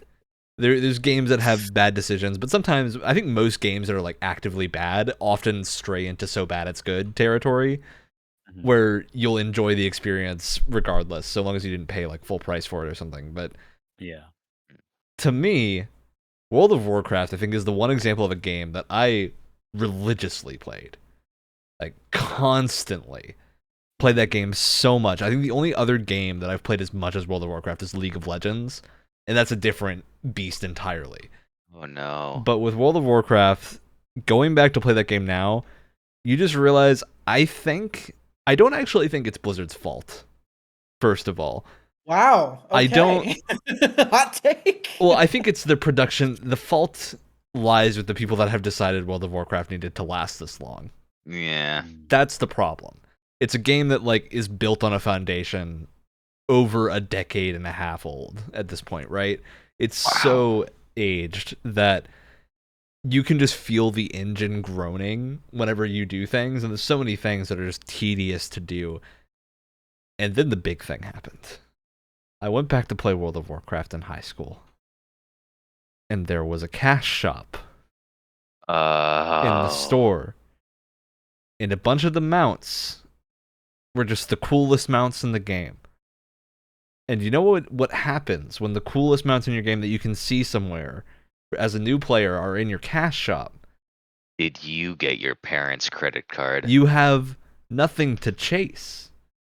The reward is gone. There's no... I don't need to do the raid now. Because if I wanted to get them out, I gotta pay $30. And I am not joking. This is the price when it really... I don't know if it still is, but when it came out, World of Warcraft had a $30 horse. It was a horse that was all starry, and it did look cool, but it's a $30 horse, and I'm just like, what is going on? Horse armor. Why did this happen? Horse armor is what started it all. I'll never forgive Todd Howard for that. Now, of course, that's not to excuse. I played a lot of League of Legends. I spent a lot of money on League of Legends. League of Legends was like the only game I played for another like 2 or 3 years. And in that game, that's where if I got money for video games, that's where it went, right? League of Legends. So yeah, obviously. But I'm so sorry. hey, League of Legends is not a game I regret playing. I'll put it that much. World of Warcraft is wasted time. World of Warcraft is wasted because I think what has happened, I have a perspective of what the other side looks like now. I know what it's like to play Final Fantasy XIV. Oh, you're on the other side of the fence now. Final Fantasy XIV is just World of Warcraft, but better in every way. And man, isn't it a much greener pasture on that side of the fence? It's so much nicer. There's a dev team that listens to what you say. They implement feedback. Oof, crazy. I just think World of Warcraft. If World of Warcraft 2 happens at some point, I'll be back. They got me enough to check it out, but you got to stop balking. I'm saying with current Blizzard's just their output in the last little bit. Their output has been nothing. They haven't made anything in like 10 years. Literally. Yeah. Maybe that's part of what I'm saying. I mean, yeah. I'm just of the opinion that game studios always deserve a second chance, as long as they are a studio that is not doing super egregious, horrible things all the time. So it is rare that a studio like that exists. Blizzard has gotten very close in the past. Can I do a quick... You've reminded me something with League of Legends. Because that was a big part of like the multiplayer games community in like late middle school, early high school type stuff. It was like that game was so ingrained into so much of the social aspect of my school. Our dodgeball teams were named after League characters. What? That's based. Dude, I was one of horrible. I knew 3 people who played League of Legends because we went up on a trip up to my friend's house in Maine. We were gonna visit his friend and meet him for the first time. And he was like, "Hey, you ever heard of this game, League of Legends?" We sat in the middle of a empty house that was being constructed and played League of Legends on laptops using touchpads. Man, that's what we did. And those are the only people I knew that played League of Legends. What? The ratchet. See, Then I we can't- dragged I in like can't- 6 more people. But it was I can't it was attempt to play the that game with my mouse now. I can't even imagine what a trackpad it, must be it like. was the weirdest culture war that I think I have and ever will experience in that school. It was between League of Legends and Yu-Gi-Oh. Video You were game developed versus in a physical simulation. card game. this school You is were a raised in real- a simulation just to see these two things will never clash. What would happen if they did? We're gonna have to run some tests. I made Simulation like, run by gamers. I mean, like in my early like middle school days on the playground, I made it into the good graces of most of the girls there by trading Yu-Gi-Oh cards, and I got 3 pieces of Exodia out of them. So who's That's the joke on now? incredible. That's incredible. Alex has got the real dating tips right here. It's true. It's true. You This man just gotta gets it. you just gotta assemble Exodia, and then the girls will be absolutely crawling all over you. Oh my god. That is amazing. Holy crap. I like that's one of those things where it's like I think you would be hard pressed to find another human being alive today that has had that exact experience. I don't think many people have. That sounds like a bit from a sitcom. It I mean, does. That sounds like a South young Park Sheldon episode. it didn't hurt that I could pull off Oh a my mean God. zip up sweater turtleneck Whoa. in my youth. Oh man. Jeez. Perfect. I think Alex Yeah, broke us. dodgeball teams named after League of Oh, Legends man. characters. That's where my brain short circuited to when you mentioned it. That's incredible though. Wow. Holy crap. All right. I have, I'm going to condense the next few questions into the last question. Hey, 'cause I wanna remember, bro, give you can us- always save some if you want to. We can do this. part Yeah, 2. I'm gonna save the ones that I'm like skipping combining for like specific things to suggest because we only have enough time to like touch on them. And I know we started a little bit later, but I'm not sure exactly how much time we have left We're before we running get an our- hour and 20 minutes now, so we can. Okay. We got like another 30 minutes on the upper end. 30 minutes, yeah. That and I want to devote as much of that as possible to I think the last one because I know in other videos kind of like this where we start with the smaller topics, we like to apply it to like the industry or our like perception of the industry. I mean, all of this has been building up, like I said at the beginning, like why have we talked about games for these 107 episodes like we have? Here are some experiences from our like past to maybe like educate each other and the people listening about that sort of thing. Let's apply that to the larger scale, like period, like as vague as possible, through our perception of like the industry and stuff, and we'll combine that with some other things that we already kind of like went over, like other like fondest memories of stuff. We went over a lot of like memories and stuff like that today, and stuff like, I mean, obviously, if you have motion sickness once, you have it for the rest of your life. But Alex Yeah. explaining, oh, this is the first time I realized I had motion sickness, was like, oh man, that makes a lot of sense. You really do have motion sickness. Jeez. But like stuff like that. So this is a really like vague one. So I'm gonna try to make some sense of it by kind of explaining kind of the gist of what I'm getting at with some personal kind of examples here.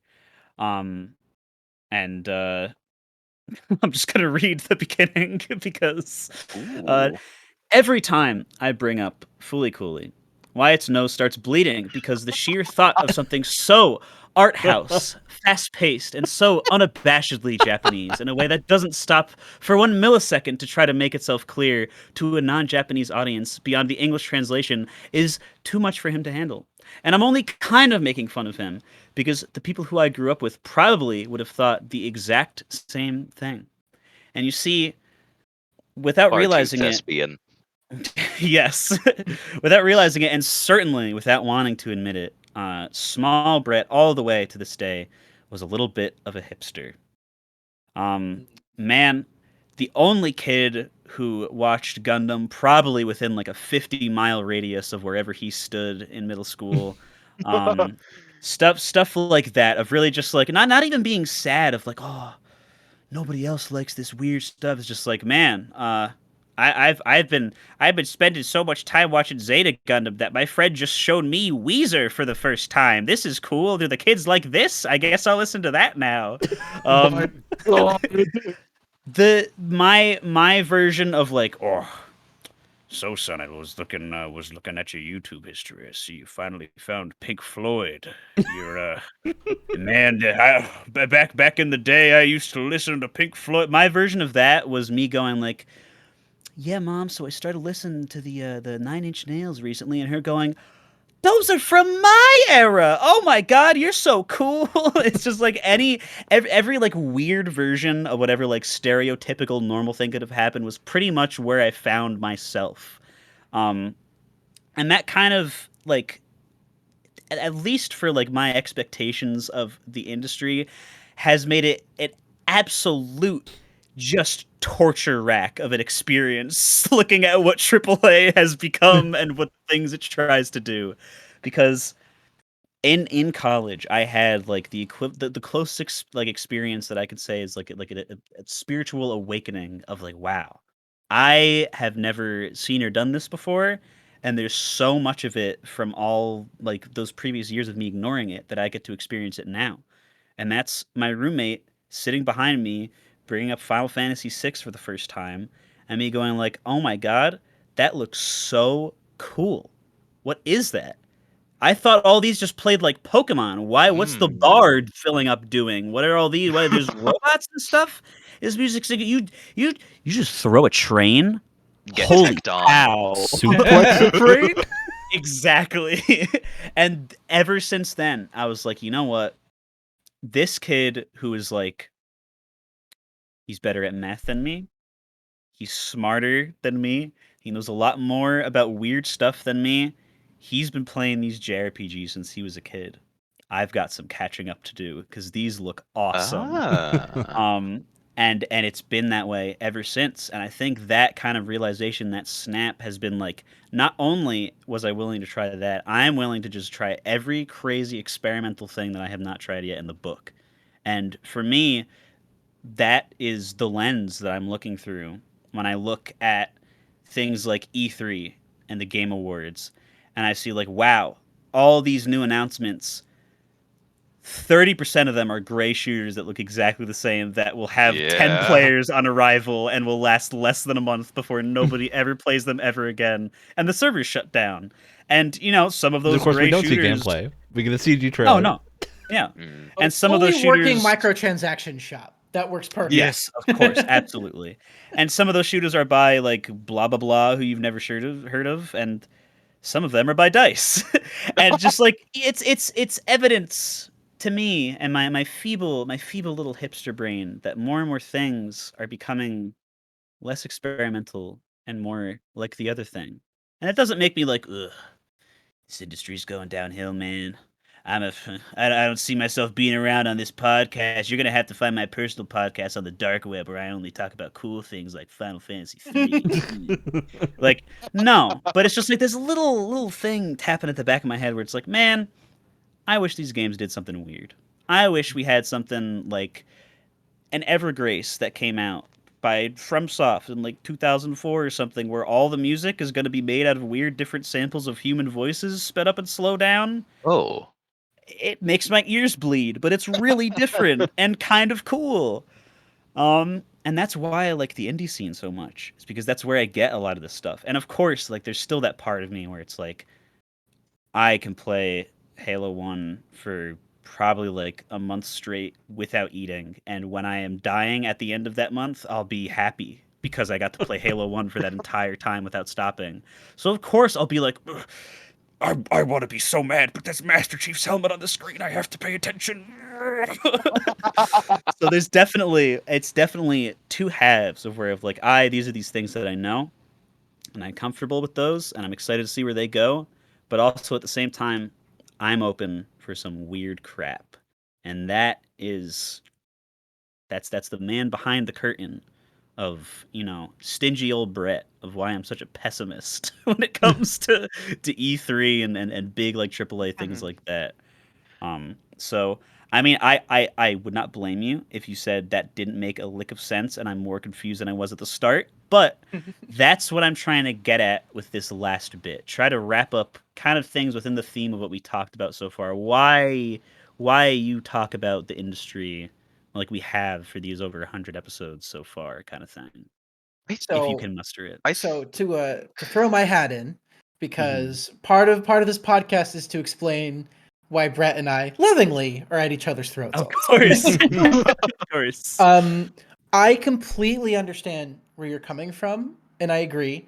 And I think part of the reason we are where we are right now is that we're at a time where certain people with very chunky wallets realize that there's a lot of money to be made from these. Oh yeah. And those are the kind of people typically that are like, if this is a formula that works, we're just gonna drive it into the ground until we sucked up every last penny. If open world is what people will buy, that's what we're gonna make. If gray shooters is what people buy, that's what we're gonna make. Not And anymore. it's a shame. It's a weird, because I feel like every medium goes through this. Where like it's the Wild West, there's a bunch of flash games on the internet, and you only hear about it if your friends talk about it at the lunchroom table or whatever. But it's not like that anymore, because we have people who realize you can make money from these things, and they want to follow formulas to make that money. And it's not the Wild West anymore.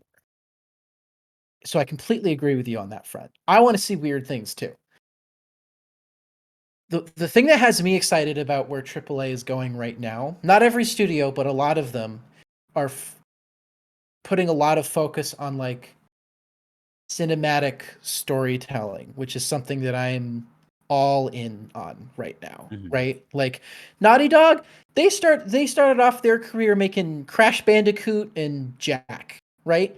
And now they're making Last of Us, they're making Uncharted, that kind of thing. Rockstar started off with making just this little game called Grand Theft Auto, where it was a top-down perspective and you just blew stuff up.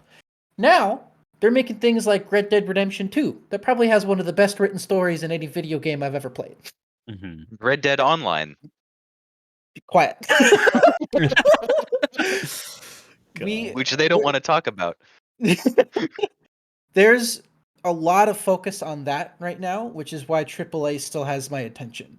And part of the reason that I hate that I have such specific taste in things is that I know that there are 1,000,001 Japanese games and indie games out there that have great stories that I probably won't play because of my personal taste, which I am trying to improve. I'm trying to, widen my horizon a little bit. It's an uphill battle because it's a horizon line, so there's mountains, so it's an uphill. Yes. Anyway, but you started with Last of Us also with your example earlier, so it makes a lot more sense now. Me growing up was a lot of the big stuff. It was Call of Duty, it was Halo, it was Last of Us. That's just what my brain is wired to.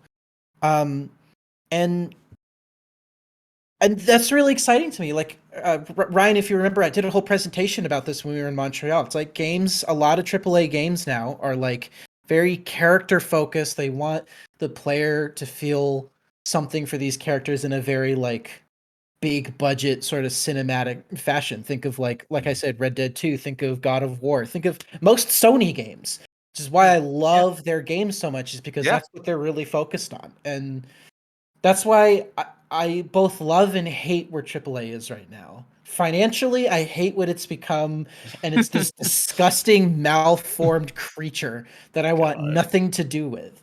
But there are those studios that can only achieve the kind of storytelling that they can achieve because of these gigantic, inflated budgets. And, of course, yeah. And I still want those because it's what I really cling to. And I feel like we both understand each other, but we're both, of different minds at all times. We are. Which is worth pointing out. I don't hate all AAA companies or games or anything like that. It's just, when you got like under 2 hours to talk about something, you start talking about. You got to make some generalizations. Exactly. Yeah.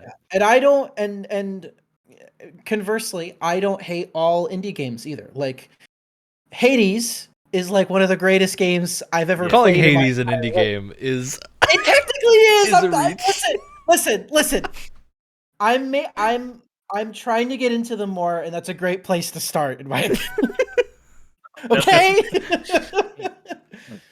So, yeah, I think we're on like complete opposite ends of the spectrum, respectfully. I think is Yes. like the best way to describe it. I think why I thought it was so much easier for me to get into indie games than the God, was just my lasting love for those flash games that I'd play that weren't Mhm. the more single player experience flash games, things like that. It's just like, oh wow, if like one or two people can make a game of this quality on Armory Games, then it's just one of two people in their own studio with an idea like that. It's like, wow, they had the drive to make. If you have the drive to make a game by yourself, it's more than likely going to be fantastic. Yeah, yeah. And Which also, like, to an outsider at least, like Leighton has that very like personal indie, smaller team, lower budget like yeah, feel about it. Also, yeah. Um, what else was there? Yeah, I really feel you on the at least in the shooter aspect for AAA titles. yeah. I personally feel like it's definitely gotten into this stagnating feedback loop of we've found what's going to make money. This is exclusively what we'll do, no matter how bad the games we churn out are. And that's Mhm. what the publishers are thinking. That's what the publishers are thinking. The devs in there, Are and crying. you can hear them on Twitter. They are crying out for help because so many devs get into game development because they have such a passion for it, and they have Mhm. really unique ideas that they want to share. And they get into AAA because that's often, there's plenty of AAA grunt work to do when studios are feeling in a hiring mood. I'm adding every single one of Right. you. Please hire me. Yeah. Um, but you get into that giant machine where the publishers are just like, oh, that sounds like a really cool idea, but this is what we know makes money. So Mhm. no, never for as long as you work with us are we ever going to go with that idea. But you brought it up to us, so that means we own that idea now. So now Yeah. you can't do it either. Yeah, and it's so often why you see so many devs splitting off from AAA things, starting their own studios. It's just like, oh wow, you should have done this sooner. Yeah, Mm. yeah. It's definitely, I don't know if the indie scene is going to push AAA to be better totally. I think it is, and I want to believe it is, but I still believe that not to be defeatist in any way. I can't think of anything right now that would push the first person shooter genre in AAA studios to get out of its rut. Yeah. All those indie boomer shooters We'll have to see in a few ultimately. years if Battlefield 2042 is the catalyst. God. That I hope so. failure was astounding. Yeah, seriously. On a level I didn't think was possible. It's all gonna blame it on Halo Infinite, which is such a fantastic game that gets so much support to this Um, day. oh, but yeah, you're Ooh, also that's very harsh. very right about the indie feel for Professor Layton with God, Mhm. who was level 5 in Nintendo, who did all that, and it's just like this beautiful in the non 3DS games, this beautiful 3D sprite work. Um, every frame is literally a watercolor painting because they've plotted out this whole town. It's like Yep. their color themes are on point. Everything fits the theme of what you're doing. Even in the Unwound Future, where they have very shooter-esque brown town Oh boy. areas, it's still beautiful somehow. And Hmm. that sounds hypocritical if you haven't played Professor Layton, but it's a beautiful kind of grit and grime and personality that they're able to add into like every frame of that. Understandable. That makes a lot of sense. All right. I got to bring us back around one more time to World of Warcraft. Because it Got is it. the best Alrighty. way to make the point I'm about to make. Oh So, boy. Brett, you talked a lot about the indie sphere and the ideas that come through it and why you were attracted to those ideas and enjoy playing them. Wyatt, you talked a lot about cinematic storytelling and why that's something you resonate with really well. I'm going to talk about why cinematic storytelling is the last thing I care about. Ooh, okay. And Contrary. that was the buzzword to get us in. That's not actually what this is about. But I think looking through the games I've talked about this episode and tracking my history with playing games, the thing that stands out to me is when I play a game, I think I am pursuing an understanding. I want to understand what the team behind that game wanted to make. And You're looking for the intent statement. I'm not looking for the intent statement. I am looking for the heart. I want to know, did the people that make this game make what they wanted to make? Is this the thing they thought they would be able to do? If not, did they get close? Are the ideas here, and maybe just time or money or something like that? Is that the constraint that has them? Because if it's that, I had nothing against them. That's a perfect game in my books. Elex, I'm never gonna finish that game. I've accepted that at this point. I can play Gothic 2 all I want. I can play a lot of other janky Eurojank games. Elex, for some reason, is just not one of the ones that clicks with me, but I feel the heart, right? When I play that game, I understand that they cared a lot about what they were doing. When I play World of Warcraft now, and by now I mean 3 years ago, heart's gone. It's vanished. It got taken out back, and nobody working on that game, I think, that is any position of power, cares what they are doing. They are going about their business. And the thing that made me really confront this recently is I was playing Destiny 2. And I was thinking to myself, I hated this game. Why am I having so much fun? We lost him, Wyatt. What? It's only us now. And I think I've tracked it. I've broken the code. Oh. When I think back to Mercury and all the crap that was involved in all those terrible string of expansions in Destiny 1 and 2, the ones that aren't good, Osiris is a piece of crap. there is no heart. There is Thanks no to Activision. care in those expansions. They were made because they needed to make something on a time schedule, and they put it out. When I play the Witch Queen's campaign, even if I don't understand half of what's going on, because I haven't played any of the other campaigns from the past, 6 years, I feel the heart and the presentation that they're doing, and the fact that the boss fight is different in normal and legendary. The boss fight has cool mechanics even in normal, where I'm going around different sides of a room and clearing out different groups of enemy to crush crystals so that I can take the shield down on the boss and go back. And the game doesn't have to tell me that. Nothing in the game told me I had to go crush those crystals. But there's a big glowy thing, so I followed the big glowy thing. And then I lit the walls up with lights and realized there's another big glowy thing, and I can go kill that. And then I can go back around and do it again. And then the boss is killable. And that is mechanics. That's the thing I want to see from boss development. That's effort. That is interesting. Oh my I don't God. want to backpedal and shoot a shotgun 1,000 times. This isn't a What do you dig at a mean? specific thing, because I don't recall a specific thing that did this. But when I'm doing a fight and something is happening, I need to feel the intent of what's going on, right? That's why From Software games are such a wonderful amalgamation of AAA development, right? They're a thing that captures that. Sometimes they fail, yes. Sometimes they put an enemy behind a wall and it's just one too many times and you want to throw your controller.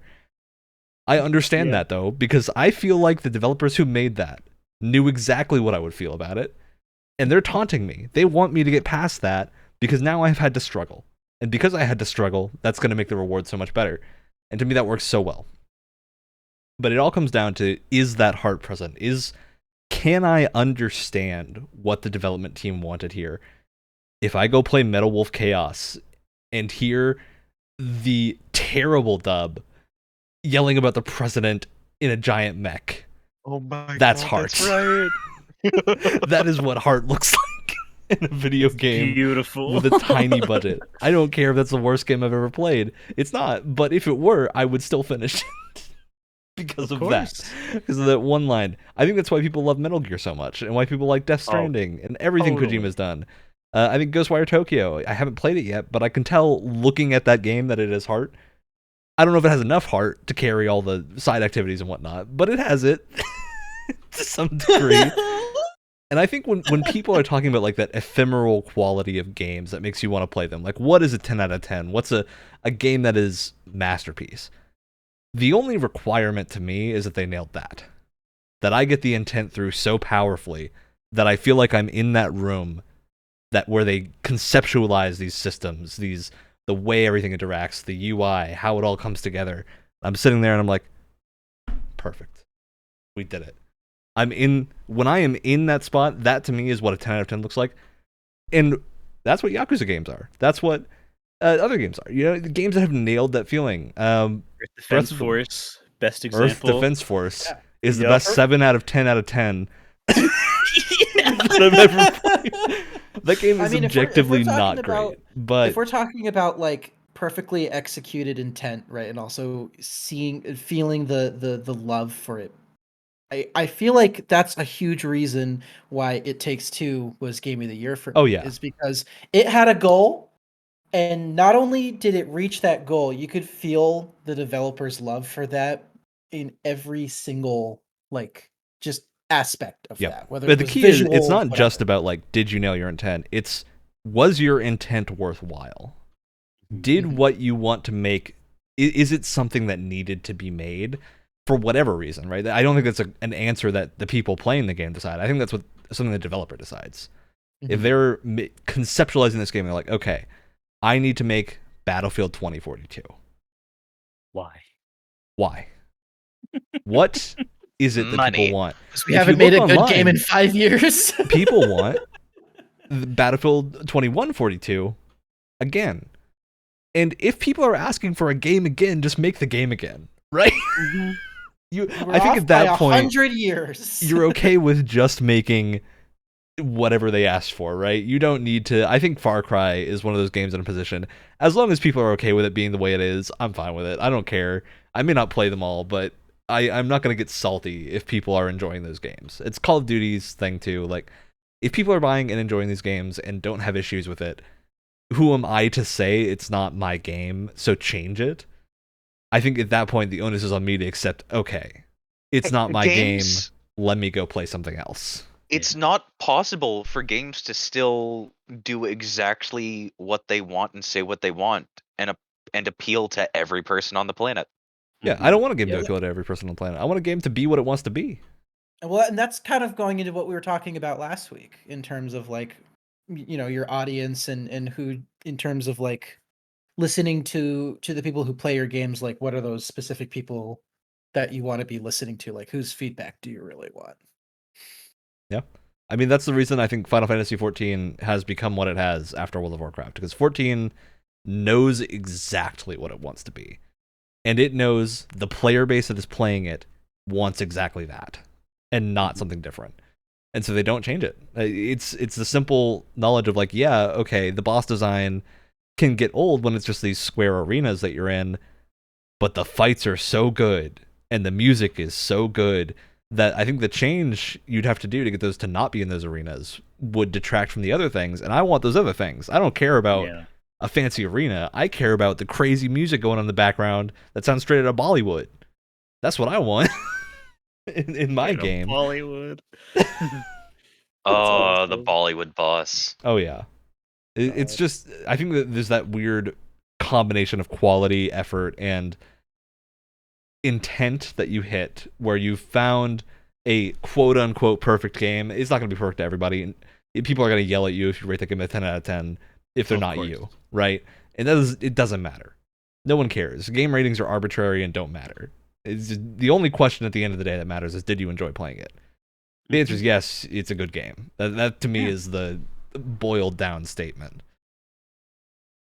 And I feel like at least for the heart part of that extremely eloquently said rant, I feel like you can, opinions of course should ideally be saved for if at least you're planning to play the game after you play it, right? Yeah.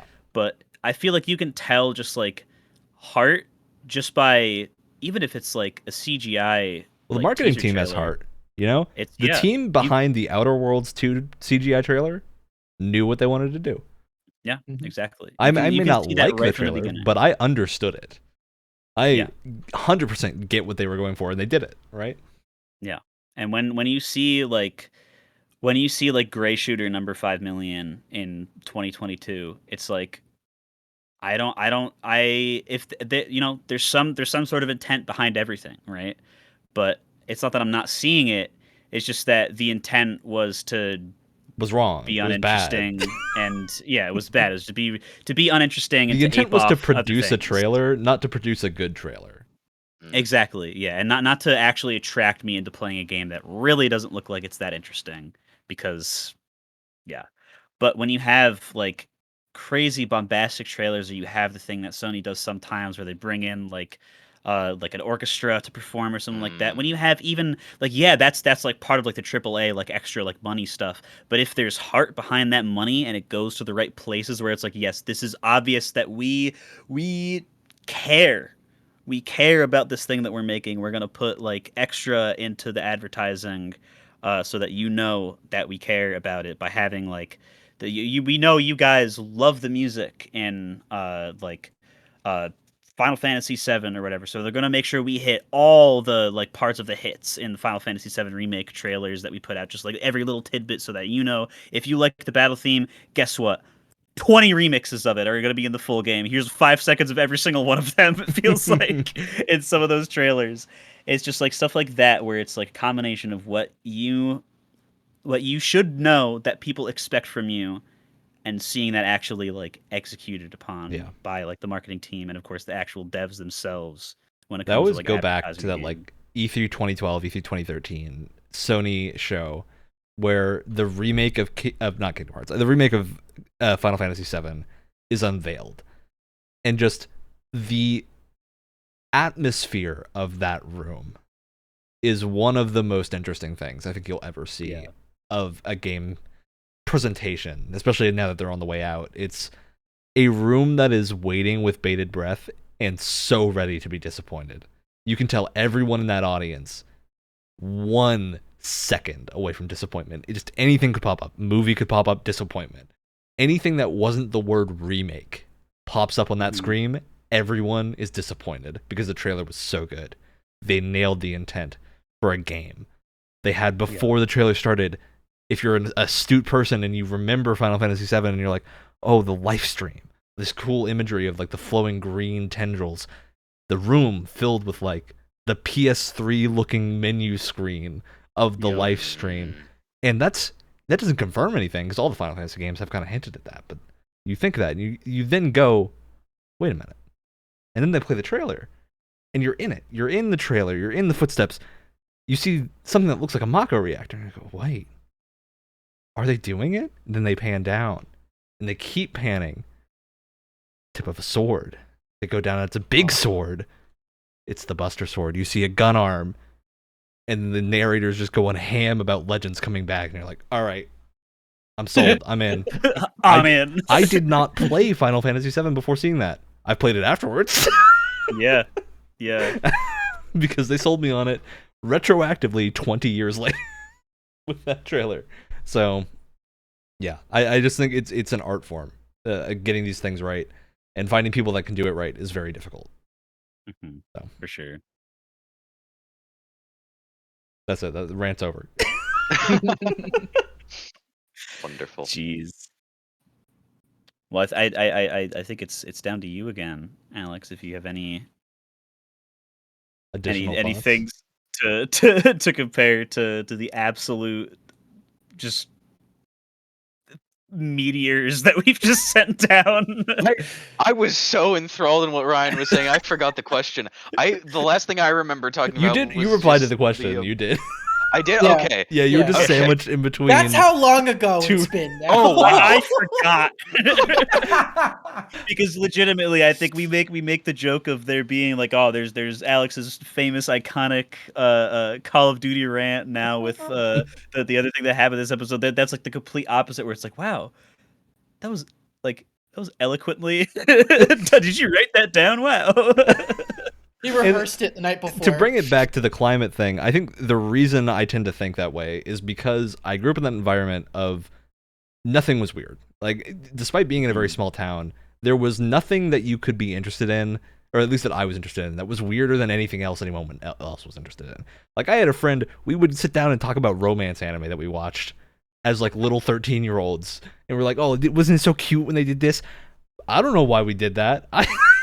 Little But- Ryan watching Orin High School Host Club. Exactly. That is exactly what happened. And then we talked about it, and we would watch it, and we'd be like, okay, this was really good. And it was wild. And thus the Goon Gang was the born. genesis of this podcast is a friend of mine wanting me to watch Toradora finally, which is a romance anime. It all comes back to here, baby. And I was like, all right, I'll watch it, but we're going to talk about it every time. That's awesome. And do it. If we ever go back to the anime roots of this podcast, we need to name it like an offshoot, like 001 Genesis or just something like Yeah, that. we might do Yeah. something on Cowboy Bebop after we finish it, but Dude, we gotta. Oh, God. yes. Wyatt's reaction, absolutely. Take notes for the final 3. I just love Wyatt's pursed smile as he holds back. Yeah. You're All gonna right. carry that weight with you. Oh, with that, Brett, save any questions you didn't use, because I'm sure we'll have an opportunity to use those once again.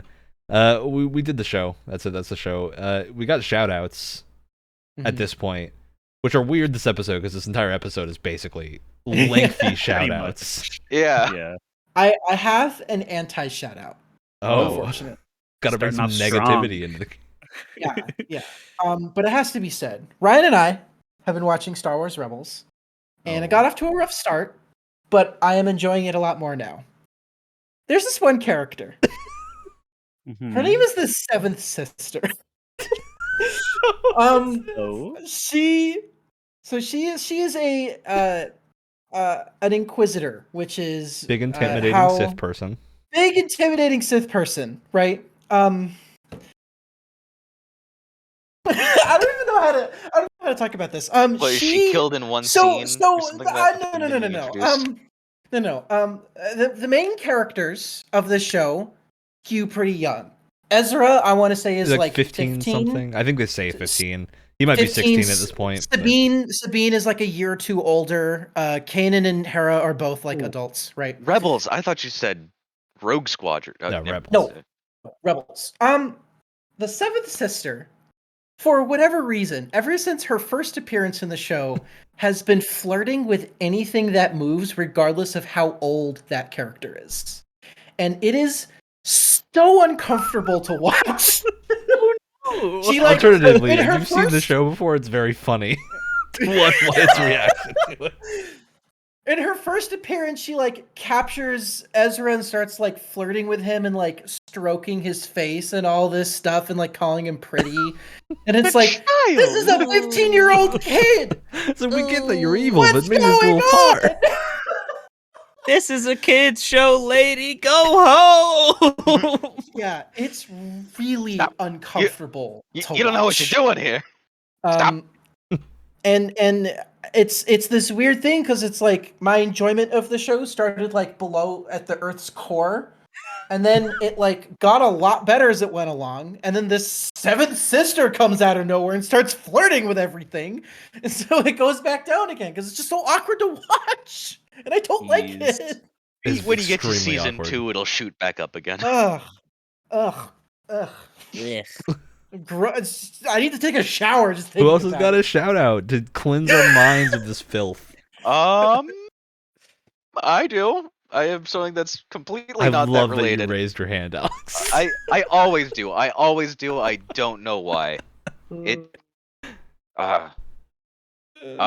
Shout out to hot tamale flavored peeps because we're filming this on Easter. Yes, this is Still ain't true. recorded. we are filming this on Easter. Yeah.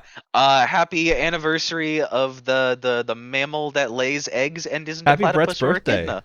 Yeah. I am the Easter Bunny. He is the- That is You lay why eggs. Give me your every eggs, Brett. single year, I am the one who hides the Easter eggs for the chitlins. Just in my imagining family. Brett You in laid a out a pink real bunny good- suit hopping around. You Guess we know laid what out a real good Halloween's gonna scavenger be. hunt for me this year, Brett.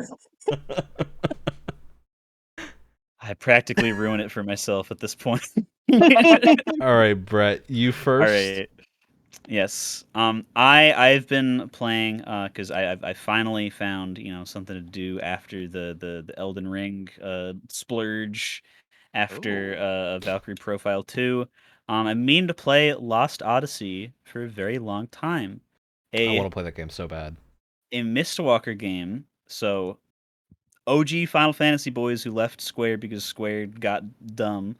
Making a JRPG for the Xbox 360.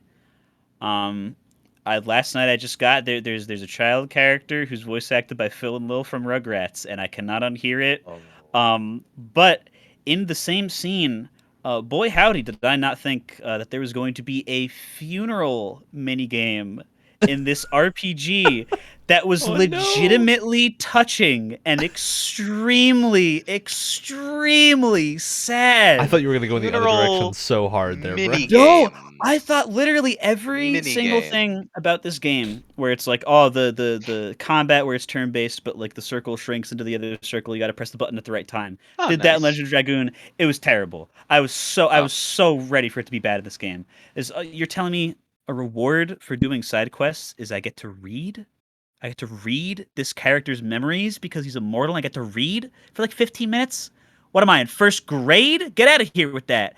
I've because it keeps track of all of them. There's like 100 memories that you can read. I have 4 missing ones, and I'm like kicking myself because I want to know what they are so bad. The writing in this game is so incredibly good. It's actually a good reward for like doing things. Excellent. It's incredible, and I'm like 20% through it. I cannot wait to finish this game. It seems like it's going to be amazing. All right. So this is a little animated TV show called Attack on Titan. That has existed for a long time. And look, I was on the train of I don't care about Attack on Titan for a very long time. I'd watched it back when it came out. I was like, oh, it's pretty good. I'll watch it when it eventually... And it didn't get a sequel for a very long time. But it came around, and I was like, oh, I have the Xbox perk of Crunchyroll. Sure, I'll watch Attack on Titan. Huh. I can't comprehend how the show has become what it has become. I'm just there for it. I'm not sure if this is good writing or some of the worst writing I've ever seen, or some combination of the both. I think it might be some combination, because there's some callbacks. This has to have been the plan, because you see things in season 1, you're like, oh, this 100% was the plan. How do we get here? So, I don't know. This is just one of the most confusing shows I've ever watched, not in terms of like not understanding events, but man, it is hard to see anything like this. I don't understand how it exists. That basement changed me. Look. What? That sounds really horrible out of context. It really does. I'm not gonna give it to you. What? Look, it's a whole plot about Aaron figuring out what's in his basement, and it's real important what's in his basement. So you pay off for that, but then there's time skips and things get crazy, then we're in World War II. So don't worry about it. Actual World War II. So on that note, that's the end of the show. As always, Tuesday morning, 7 a.m. Eastern Time. Podcast platform of your choice, YouTube and Twitch. That's it. That's the outro. That's what we do. Job, we did it. Wow, that was a very emotional episode. That's why we give you a week. Yeah. God damn it, Ryan! You speak so eloquently. Look, Yeah,